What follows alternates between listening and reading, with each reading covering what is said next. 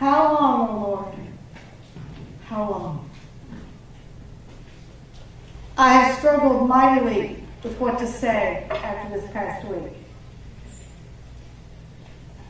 I'm so upset. I'm so sad. I'm so troubled. I'm so disgusted. I'm so enraged. And then I remembered that my job as a preacher and a minister is to comfort the afflicted and to afflict the comfortable. So I'm sure, I hope I will do both today. How do we grow and listen?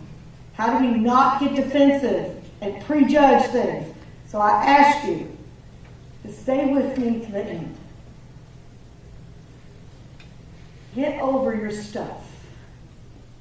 Set it here so we can be open to what is laid on our hearts today. But some things I wanted to start with are things that helped me.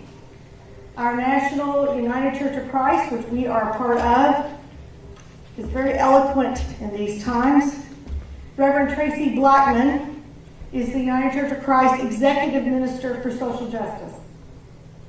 She's an amazing young woman minister, and she wrote these words and they helped me. We mourn the lives of the 5 law enforcement officers killed and those wounded in Thursday's attack. We mourn the 2 men killed in Louisiana and Minnesota. Our deepest prayers are with their families and communities, and we grieve the toxic reality of our times that nourish systemic hatred which seems to know no bounds. This was very powerful to me. Ultimately, she writes, the guns used to kill those 5 officers and wound 6 others and 1 woman, and the guns used to kill Alton Sterling and Philandro Castile, 49 mostly black and Latina people who were at the Pulse in Orlando, and the 9 people in Bible study in the church in Charleston 1 year ago. Those guns were all loaded by our common enemies of fear and hate. That same ammunition, she writes, is responsible for the bombing of mosques and the burning of churches. Irrational fear and hatred that nurse at the breast of a nation increasingly divided against itself. And she continues, we lament collectively the blood that stains our streets from the death at the hands of our enemies of fear and hate. We must mourn all of them because we are all connected. We must find our way back to love. And she ends, love is our only hope. And then our president, Reverend John Dorhauer, he's a wonderful man from Arizona. He reminded us of what Martin Luther King said so long ago. Hate cannot drive out hate. Only love can do that. So let us now assemble to bring peace and restore justice. And he says, and to do the hardest thing, show love. And then I loved what I read in the New York Times editorial because it really convicted me. This is a time when communities, the editors write, and institutions, that would be us, movements, and even nations are tested. Will the people of moral clarity, people of good character, people of a righteous cause be able to drown out the chorus of voices that seek to use each dead body as a societal wage?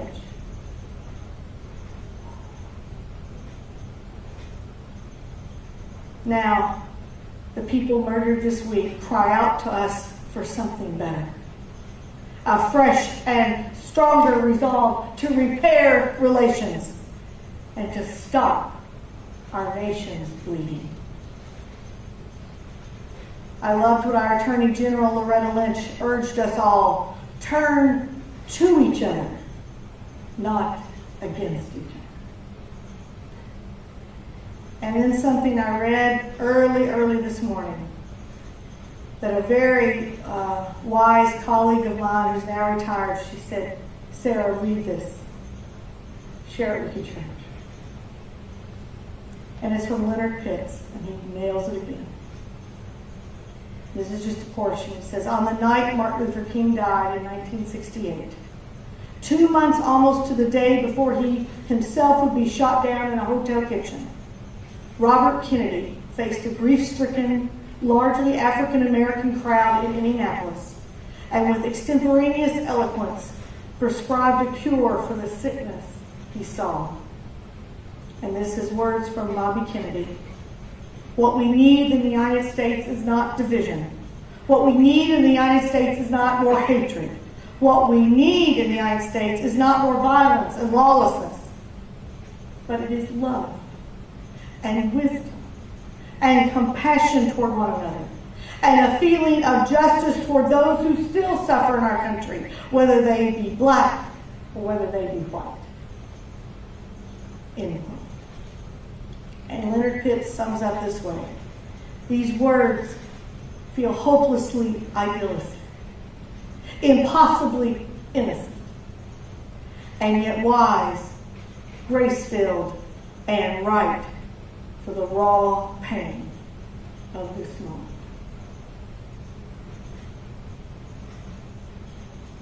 Now those we can all nod and say, okay, we get that.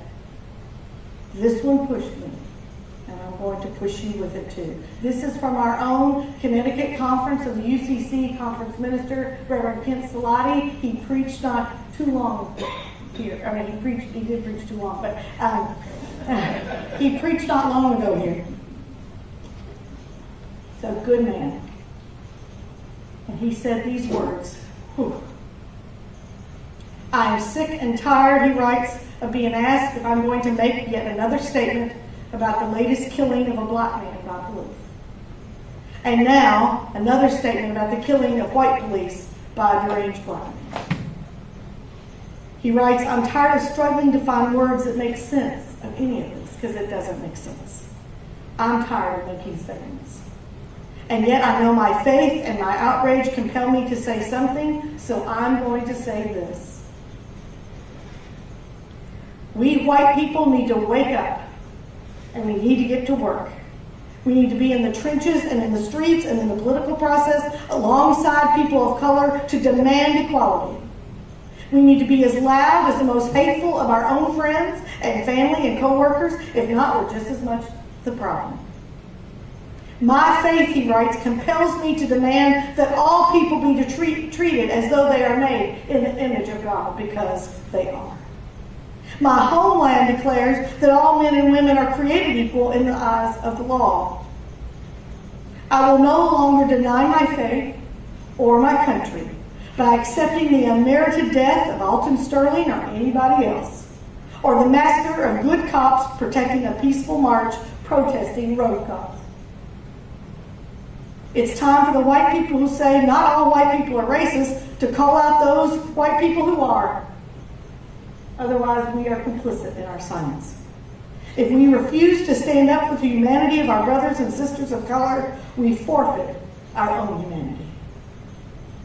And he finishes with this. I don't know how to change things, but I know that saying and doing nothing will ensure that I'll yet have to make another statement about another black man or another police officer.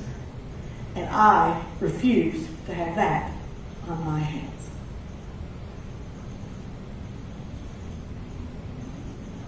Those are things that helped me, challenged me. So now some of my own thoughts. I've long held, and I've probably said this to you in a sermon a while back, but I'm saying it again. The best advocates for women are men. Men who listen to the experiences of women, because men are in the position of power and privilege to share it. The best advocates for gay rights are you straight folks.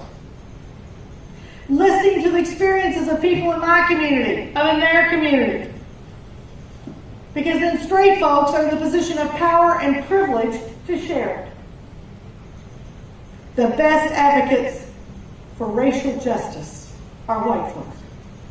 Listening to black folks and Latino folks and every other kind of folk about their experience. Listening, trusting it, believing it, because we have smartphones, we see it. Because we are in the position of power and privilege to share it. And if you don't think that your white skin affords a privilege, you're not paying attention and you don't know history. It saddens me. I'm going to tell you some things that sadden me. When I hear white folks refuse to look at the long arc of history, they get so defensive. Instead of going, wait a minute, I'm a part of this. And realize we have controlled history, we still control history, and we have not allowed everyone to achieve equality. That's the facts. How long, O Lord? How long? It saddens me when I hear white folks say, well, I didn't do it. But we're part of a long history of justice that created this mess. Allowed it to continue because we didn't see it, so it didn't happen to us, so it doesn't matter. But with our privilege comes responsibility to change an unjust system. How long, O Lord? How long? It saddens me when I hear white folks say, well, and let me tell you, a friend of mine from Buffalo said this week to me. So I'm not making stuff up.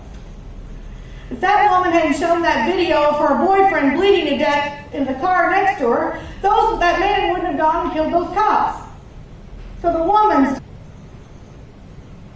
who kept far cooler than I would, if she had not turned her phone on, we would not have to reckon with it, right?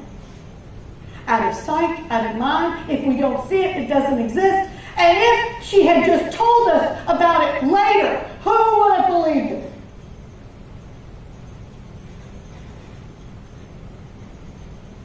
Exactly. How long, Lord? How long? It saddens me when all folks, black, white, brown, tell me, well, you can't mourn the lives of those officers killed by racism and also expect law enforcement to meet certain standards. Of course I can.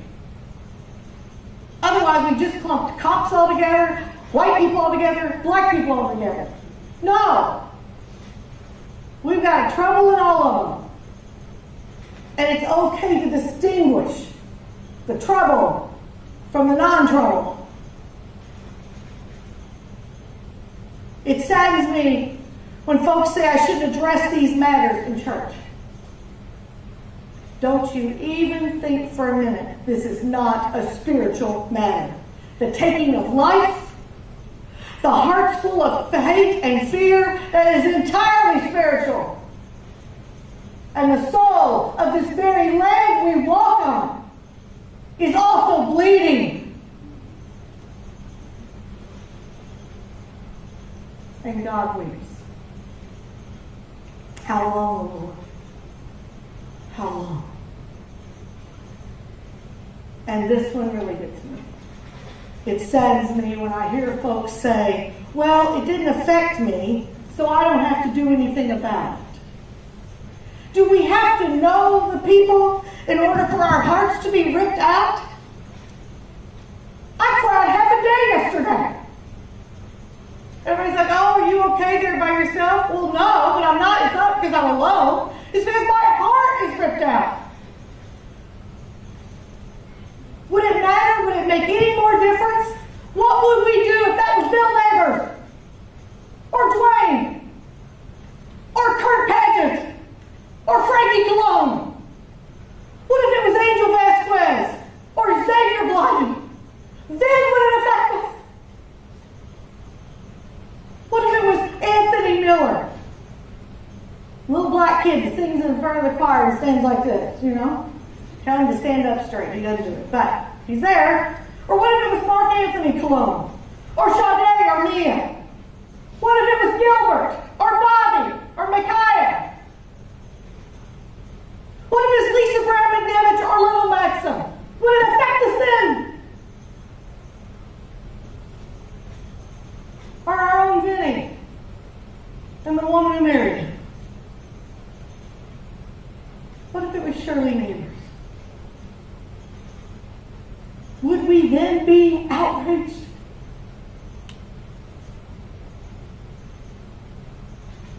Benjamin Franklin, of all people, said these words. Justice. Oh, does that mean I'm supposed to be done? Benjamin Franklin said this: justice will not be served till those who are unaffected are as outraged as those who are. How long, O Lord, until we are outraged? It saddens me when white folks respond to Black Lives Matter by saying, oh, wait a minute, all lives matter. I want you to know what one of our own college students, who I'm so proud of, and she and I have had a rough past, but Haley Tate wrote this yesterday. And she wrote, responding to the statement, Black Lives Matter, with the sentiment that all lives matter, does not make you sound all accepting or intelligent. It makes you sound like a child throwing a tantrum because all of a sudden you feel unincluded. It makes you, if you truly aren't okay with the fact that the lives needing attention right now are those of the racially oppressed and discriminated against, you have some serious growing up to do. It is not about us white folks. Stop trying to make it about you. Support the people it is about instead. I wrote back, and I usually don't respond to things, but I wrote Haley back this. I really resonate with what you wrote, Haley, and I'm proud of you. The only thing I would add to your statement is that in the end, it is about us, all of us. But before a unifying all concern, all lives can matter can happen, I write. In order to have an us, we must first acknowledge who of the whole of us is being mistreated, prejudiced against, disempowered. The people who can do that the most for racial justice are white folks. Listening to the stories of black folks, believing them, standing with them, and then opening up and sharing the privilege and power that we are afforded by the color of our skin. And I go on to say, so before all lives can matter, we must first realize that black lives do matter. And we must say so today. But also brown, and gay, and trans, and women, and. Then, and I summed it up this way, we just might be able to honestly proclaim that all lives matter. But we have a lot of work to do first. Responding right now with all lives matter can appear to dismiss the stories of pain long felt by our black sisters and brothers, and thus avoid the hard work of healing them. So you say, all right, that's all fine and good, Reverend Sarah, but what can little old me do?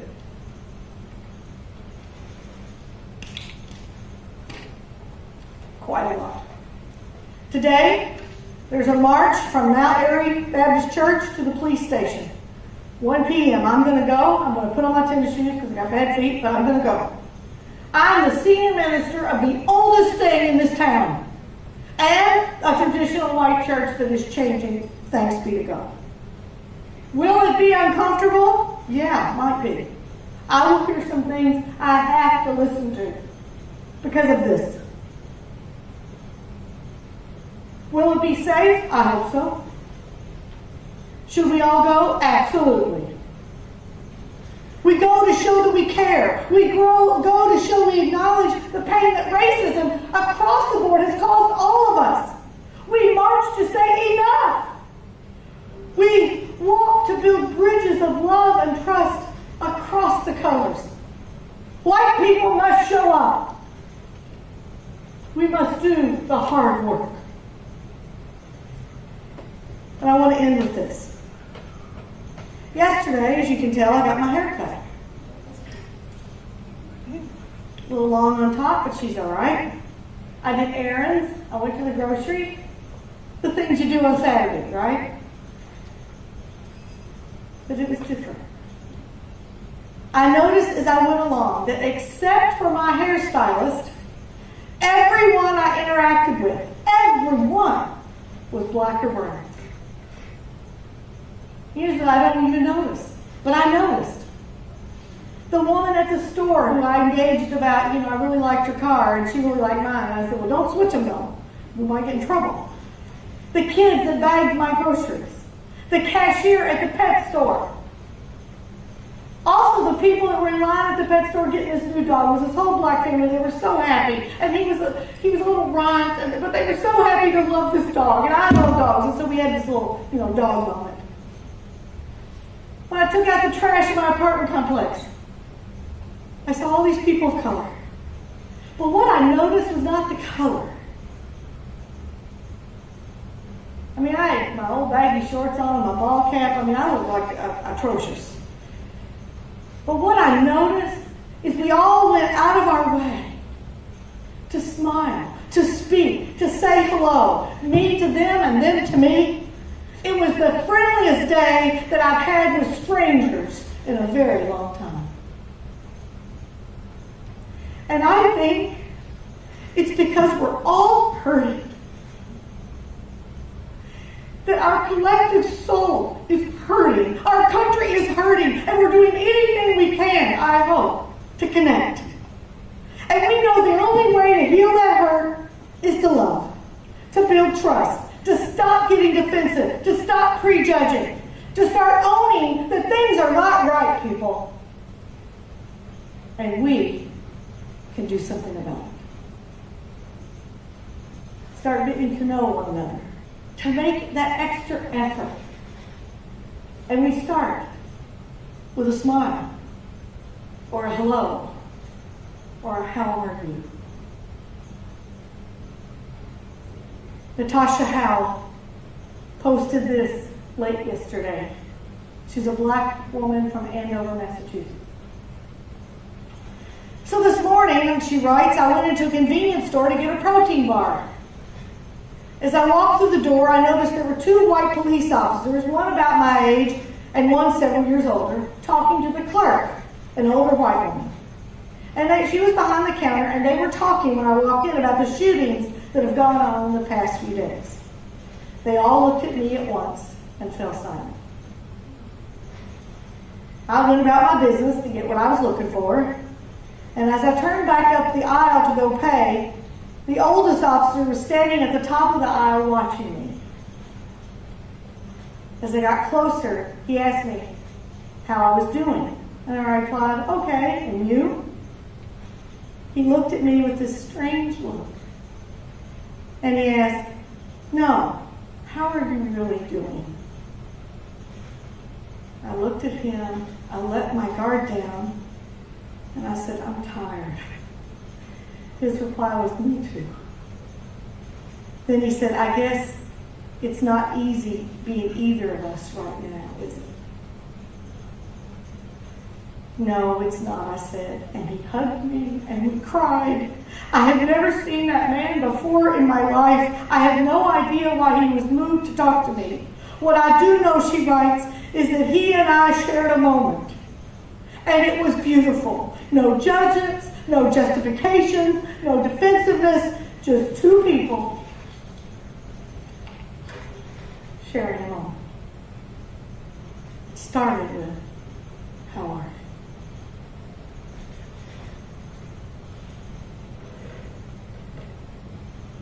Let's start there. Let's start there.